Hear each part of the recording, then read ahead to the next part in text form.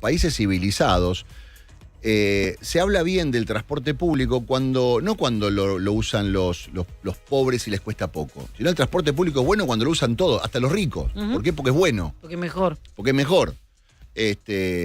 Acá no, acá es casi una cosa de no me queda otra, tengo que recurrir y cada vez se paga menos. Hoy estaban hablando de a cuánto se iría el transporte público, por ejemplo, los colectivos en la ciudad de Buenos Aires o en el AMBA, en el caso de no recibir subsidios, ¿no? Estaban hablando de una tarifa cercana a los 1.000 pesos por tramo.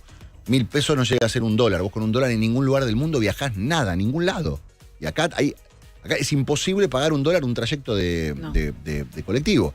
Bueno, hay tensión, Gobierno Nacional, Ciudad de Buenos Aires, Gobierno Nacional, Provincia de Buenos Aires, y en el medio, como diría Victoria Villarruel, está Jamoncito, que son los propietarios de empresas de transporte, que están en el medio, digamos. Yo tengo que cobrar una tarifa que me sirva de mínima para cubrir los costos. Lo que yo puedo cobrar no me alcanza. Y me dicen que el subsidio, sí, no, más o menos, ¿quién lo va a tener? ¿Cuánto es de subsidio? ¿Cuánto debería costar? ¿O qué idea tienen para salir de este embrollo? Porque no podemos eternamente acostumbrarnos a que el Estado te va a regalar el transporte. No. Hay que pagar por el transporte lo que vale, pero nos alcanza la plata para pagar por el transporte lo que vale. Ahí tenemos otro problema. Entonces, casi que los empresarios del transporte son el jamoncito entre un PAN, que es el Estado Nacional, y otro PAN, que son los estados provinciales. Luciano Fusaro es presidente de la Asociación Argentina de Empresarios del Transporte Automotor. Tiene una mirada bastante interesante de cómo salir de esta situación. Luciano, Horacio Cavaxo, ¿cómo te va? Gracias por conversar con nosotros.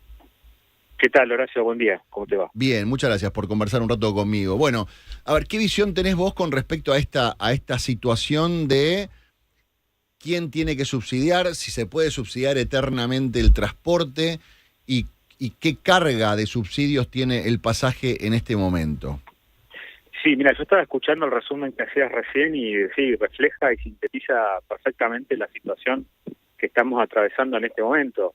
Ahí la disyuntiva es, por un lado, los salarios que han caído mucho en estos años, pero por otro lado, los costos de operación que son ya casi están a valores internacionales, lo cual hace que algo tan simple como fijar una tarifa correcta para una empresa de colectivos sea algo tan difícil de llevar a la práctica, lo cual nos deja el tema de los subsidios nuevamente en el centro de la escena, en un contexto en donde además también el Estado está haciendo ajuste fiscal y se agregan estas diferencias entre las distintas jurisdicciones. Y en el medio las empresas, obviamente que no tienen ni la capacidad para fijar tarifas y subsidios, pero sí están obligadas a brindar un servicio que necesitamos a millones de personas. Claro. La información que tenemos por el momento es que en el AMBA, digamos, ¿no?, que tenés tres jurisdicciones, nación, provincia y ciudad, hay un tema con lo que son las líneas provinciales del número 200 para arriba, que van por el conurbano, y las líneas que son exclusivas de Cava, que al no ser jurisdicción nacional, o sea, depender de la provincia y de la ciudad, la nación lo que dice, bueno, así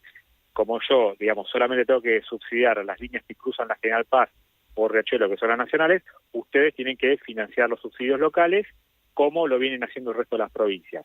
La provincia de Buenos Aires ya lo venía haciendo, excepto la Red Sube, que son los descuentos para el segundo y tercer viaje, que por eso se retira la nación, pero sigue el resto de los subsidios en la provincia. Y en el caso de la Ciudad de Buenos Aires, esas 31 líneas, es más complejo el panorama, porque no se trata solamente del retiro de la Red Sube, sino de los subsidios que venía aportando la nación sobre las líneas de la Ciudad de Buenos Aires, que eran la mitad de los subsidios. Diciéndole a la ciudad, bueno, vos tenés que pagar todo el subsidio, y la ciudad diciendo, no, estas líneas siguen siendo potestad de la nación porque nunca se traspasaron, y ahí en esa diferencia no se sabe muy bien cómo se va a definir esto la semana que viene, cuando, por ejemplo, hay que pagar salario. Ese es el mayor grado de incertidumbre que tenemos, además del impacto que tiene sobre los usuarios la quita de la resuba. Sí, claro, por supuesto. ¿Sabes qué? Este programa, gracias a la tecnología, lo escucha gente de ciudad, de provincia y de diversas provincias. Y por lo general, cuando hablamos de estos temas, la gente del interior dice, ¿de qué se quejan ustedes? Si nosotros estamos hace años pagando tarifa que ustedes ni sueñan en pagar todavía. Ustedes tienen un beneficio increíble y lo que les están planteando es paguen más o menos por el bondi lo que nosotros estamos pagando. ¿De qué se quejan? Dicen en el interior del país. Sí, de hecho, en Córdoba y Rosario están 940 pesos el sueldo mínimo, Santa Fe también, Mar del Plata también, creo que está en torno a los 1.000 pesos. O sea, son valores, son valores razonables cuando uno quita los subsidios, es lo que realmente cuesta.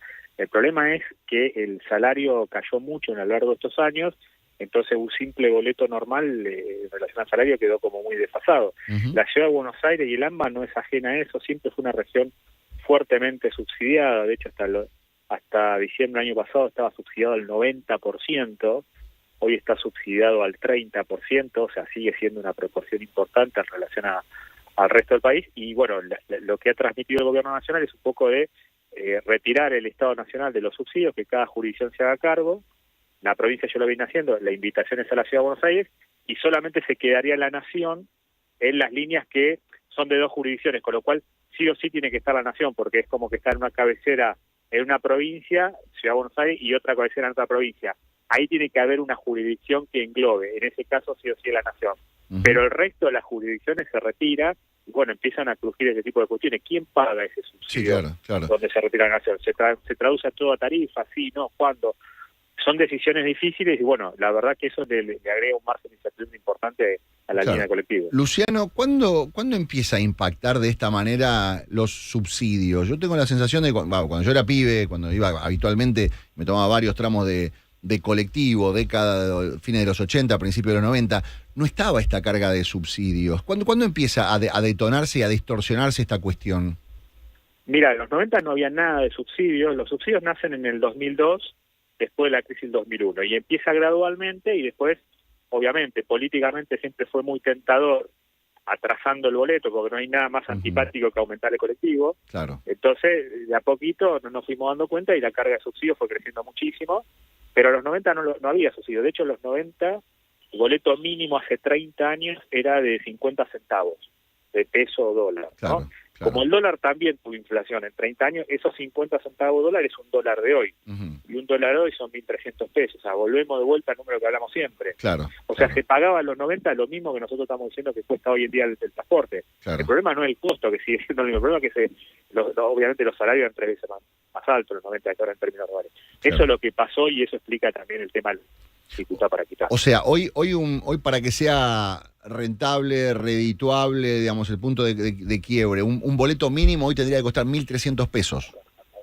Sí, un boleto promedio. Un promedio. Un mínimo de, sí, 1.100, un mínimo, 1.300, 1.400 un promedio, que sería un boleto de segunda sección, tercera sección. Con eso se cubriría el funcionamiento de los 18.000 colectivos que están habilitados, más los niveles de inversión adecuados. O sea, un coche no puede tener más de 10 años de antigüedad, aire acondicionado, etcétera. Bueno, todo eso cuesta eso, que cuando vos lo comparás en costos internacionales, como vos bien decís, un dólar sigue siendo incluso hasta competitivo, porque hay lugares donde es más caro inclusive, pero bueno, el tema, vuelvo así, es el salario que ha quedado muy rezagado y por eso parecen cifras impactantes. Claro. Luciano, ¿a ustedes les cambia en algo esta cuestión de la apertura a otros sistemas de pago, de billeteras virtuales y abrir lo que estaba limitado solamente a la SUBE a diversas billeteras virtuales, o es lo mismo, o más de lo mismo, digamos, a ustedes no les cambia en absoluto esto?